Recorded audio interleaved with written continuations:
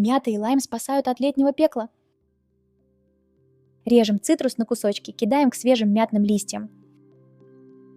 Слегка давим, выпускаем яркий аромат. Добавляем сахар для гармоничного вкуса. Настоящую прохладу напитку дарит надежное устройство для льда. У меня оно надежный помощник.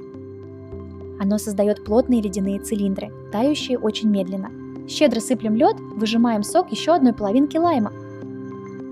Заливаем прозрачной содовой, украшаем напиток свежей лимонной долькой.